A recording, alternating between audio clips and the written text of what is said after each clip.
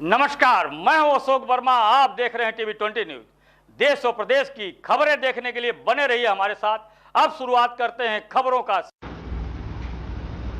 तो खबर अम्बेडकर नगर से, जहां बसपा सुप्रीमो मायावती के निर्देशन में प्रदेशाध्यक्ष विश्वनाथ पाल ने अम्बेडकर नगर जिले के कटेहरी विधानसभा में होने वाले उपचुनाव में अमित वर्मा को उम्मीदवार घोषित कर दिया है। अमित वर्मा जितेंद्र भैया को कटेहरी उपचुनाव में सबसे पहले प्रत्याशी घोषित कर बसपा ने जिले में बढ़ाई सियासी गर्मियां। कटेहरी रामलीला मैदान में आयोजित कार्यकर्ता सम्मेलन के दौरान बसपा प्रदेशाध्यक्ष विश्वनाथ पाल ने सपा के पीडी और भाजपा पर तंज कसा। सपा को बताया परिवार दल अलायंस, परिवारवाद की पोषक, और भाजपा को बताया तानाशाह। और क्या कुछ कहा उन्होंने मीडिया से बातचीत करते हुए, आप सुनिए। भारतीय जनता पार्टी का जो एनडीए गठबंधन है, समाजवादी कांग्रेस का जो इंडिया गठबंधन है, इन दोनों लोगों की मिली भगत के नाते हमारे बहुजन समाज के लोगों को धोखा दिया गया। चाहे वो 22 में दिया गया था पुरानी पेंशन के नाम पर, जबकि वो कुछ नहीं करने वाले हैं, न इंडिया के लोग न इंडिया के लोग, और इधर संविधान बचाने के नाम पर फिर एक धोखा दिया। हम वोट के बाद गांव में गए अपने लोगों के बीच में, हमने गांव में लोगों से पूछा कि भाई ये वोट क्यों कम हो गया। तो उन्होंने कहा साहब ये कांग्रेस और समाजवादी के लोग जो है ना, ये मुस्लिम समाज को डरवाते हैं कि अगर भाजपा आ गई तुम्हारा नुकसान हो जाएगा। अब की तो SC ST को भी डरवा दिया, कहा कि अगर भाजपा आ गई तुम्हारा संविधान बदल देगी। तो गांव में जाके कांग्रेस सपा के लोगों ने धोखा दिया कि जो आपके बच्चों को शिक्षा मिल रही संविधान के बल पर, जो आपको बच्चों को नौकरी मिल रही संविधान के बल पर, जो आपको मान सम्मान मिल रहा संविधान के बल पर, ये संविधान भाजपा बदल देगी। और भाजपा के एक सांसद हमारे अयोध्या के ही थे, उन्होंने बोला 272 चाहिए सरकार बनाने के लिए, 400 पार चाहिए संविधान बदलने के लिए। क्या भाजपा का नीचे से लेकर ऊपर तक कोई नेता बोला?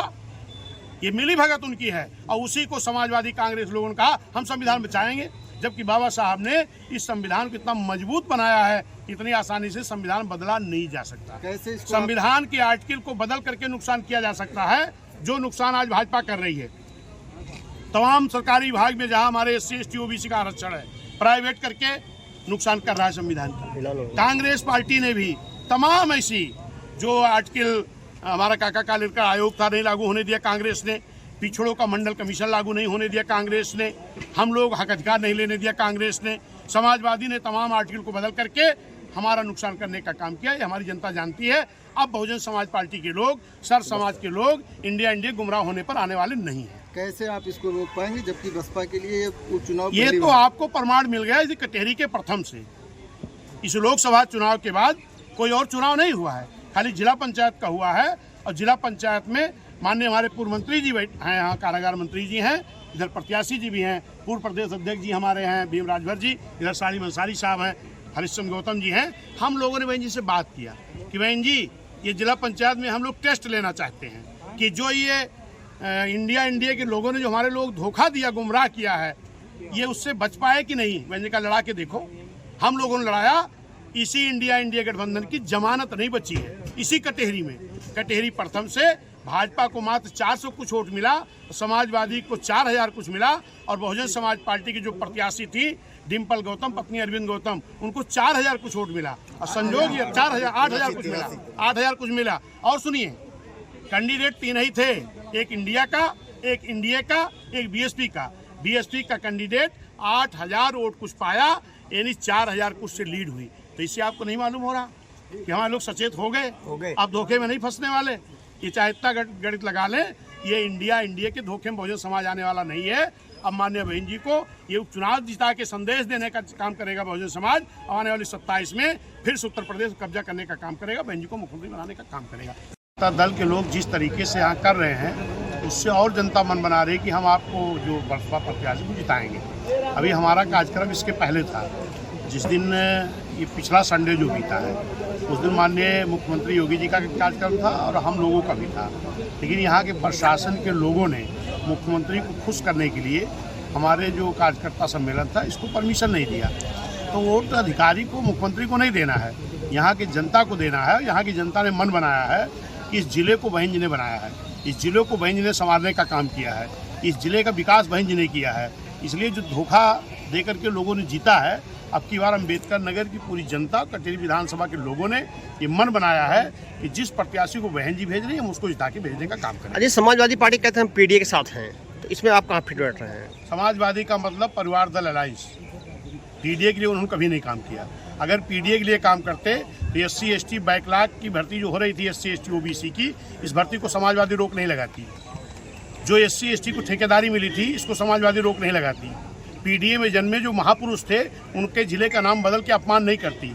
समाजवादी के पीडीए का मतलब इनके परिवार में कई दल बन गया था। शिवपाल जी अलग थे, इनकी जो अपाड़ा है वो अलग हैं। अभी आपने कल शायद एक न्यूज़ देखा है कि धर्मेंद्र यादव जी की बहन बहनोई वो भाजपा से लड़ने जा रहे हैं। तो वो पीडीए का मतलब है कि परिवार दल अलायंस, उनके परिवार का अलायंस बना रहे।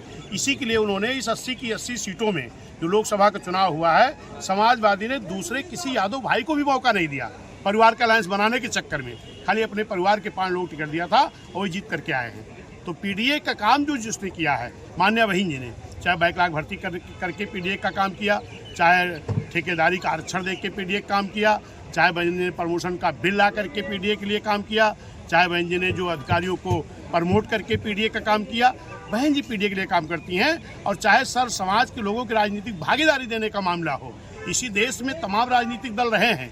वोट पड़ना 1952 शुरू हुआ, लेकिन जब तक बहुजन समाज पार्टी गठन हुआ 1984 में, तब तक एक भी राजभर का बेटा चुनाव लड़ने को नहीं पाया था, एक भी पाल का बेटा चुनाव लड़ने को नहीं पाया था। मौर्य का बेटा, नाई का बेटा, विश्वकर्मा का बेटा, लोहार का बेटा, सब समाज के लोग, गडेरिया पाल का बेटा, निषाद का बेटा। ये तो धन्यवाद देता हूँ माननीय कांसी राम साहब को, मान्य बहन जी को, जिन्होंने एक बहुजन समाज पार्टी बनाई और एक नारा दिया कि जिसकी इतनी संख्या भारी उसकी उतनी हिस्सेदारी। जिसको कभी हिस्सेदारी नहीं मिली थी उसको भी बहुजन समाज पार्टी के नेता माननीय साहब बहन जी ने भागीदारी दिया, और जिसको मिलती थी उनको भी उनकी संख्या के आधार भागीदारी देने का काम किया। तो पीडीए का काम, सर्व समाज का काम जो करने वाली नेता है मान्य बहन जी है, जो पार्टी बहुजन समाज पार्टी। नीतियों